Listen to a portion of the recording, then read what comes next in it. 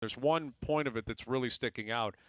This I guess claim from Pascal that there was no communication after he signed his max contract from anyone within the front office. I guess more pointedly, Masai Ujiri, telling him that he is quote unquote the guy, that he was the guy that was going to bring them back to championship status, and he took issue with that, and he's still taking issue with that. I take issue with that because the max contract is telling you all you really need to know.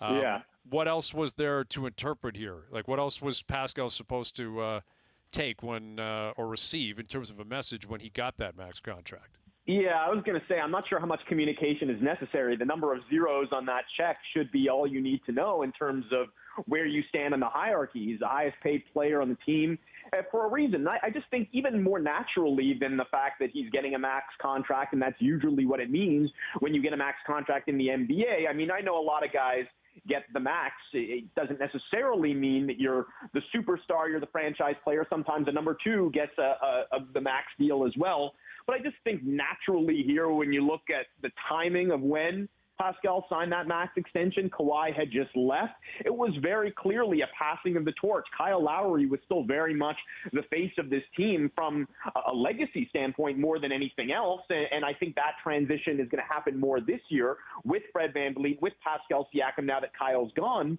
But Pascal at that point, he had been the second offensive option on a championship team. And guess what? The first offensive option, Kawhi, wasn't there anymore. So, yeah, I mean, I think clearly that's what the Raptors were expecting from him. But I also think if we're talking communication, actually putting those words out there and getting that out there into the open and saying, okay, this is what we expect from you.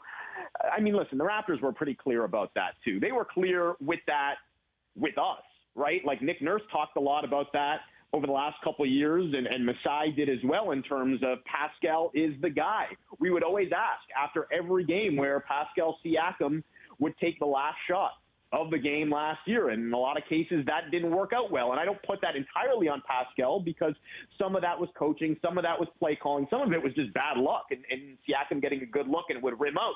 But after those games, we would always ask, okay, well, what's the plan here? Clearly, it is in Siakam's head a little bit, right? When things aren't working out at the end of a game, do you stick with him? And what did they say? Every time Nick Nurse would say, Pascal is our guy. So I don't agree with that at all. I think I agree with a lot of what was in that interview in terms of the frustration level Pascal has with some of the personal insults that he's getting on social media. I completely agree with that. That stuff's uncalled for. I like a lot of the things that he had to say in terms of just how tough this last year has been for him. I'm sensitive to that. I appreciate that. But yeah, like you guys, I don't agree with that in terms of the communication. I think it was pretty clear on a lot of levels what the Raptors expect from Pascal Siakam. First of all, if you need to be told you're the guy, you're given the ball in those opportunities, and when you continue to succeed, you become the guy. And when you fail, you become not the guy. Josh, I'd just like to understand the dynamic. Like, does Masai read this, and is there a phone call placed immediately reading this nonsense? Because I actually think it's completely ridiculous, these comments, that he thought someone would go up to him and tell him that he was the guy. It just seems absurd to me. Where do you think Masai would stand reading this nonsense? Yeah, I think he's probably now communicating that same thing as clear as ever, probably giving him a call, texting him saying like, hey, you're our guy. We've told you you're our guy.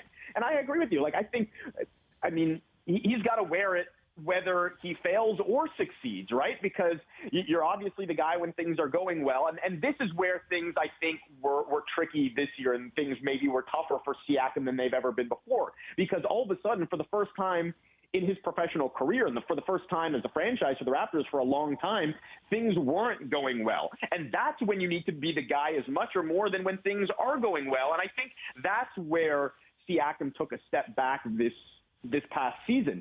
His season overall as a whole wasn't even as bad as a lot of people think. I think if you look at the numbers, the overall production, like, yeah, the shooting was down, the shooting numbers were down. His numbers were fine. I think on a game-to-game basis, that was the problem. He was inconsistent, but then overall, like, I think a lot of people look back at it and are more negative towards the season than they should be because of the off-court stuff. We remember the altercation with Nick Nurse after that game against Houston. We remember the benching against the Knicks on New Year's Eve.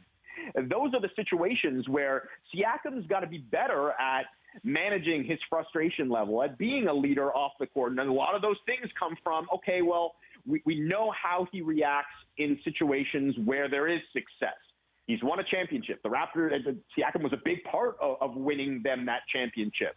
But how do you lead? How do you act in that role as the guy when things aren't going well, and they're not always going to go well? I think that's going to be the big test for him going forward here. He has more obstacles to overcome. I mean, just physically in terms of getting back on the floor, recovering from that shoulder surgery and not having a full off season here is really going to hurt him here. But I also think in addition to the tangible things and getting better on the court, getting more consistent with the shot, and getting better late in games, in addition to all that stuff as a basketball player, he needs to do a better job of managing his emotions and being a leader if he is going to be in that number one role. Well, we're a couple of weeks away from camp. Like you said, Siakam, he's going to be injured. He's going to be out for a while anyway. So it's going to be an interesting season for him. All eyes are going to be on him. He'll be back in town. The fans should be back in the building. That should help. But these comments, they'll be following him to camp, and he'll be answering on them.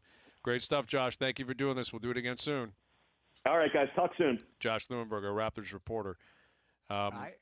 Is he the guy, though?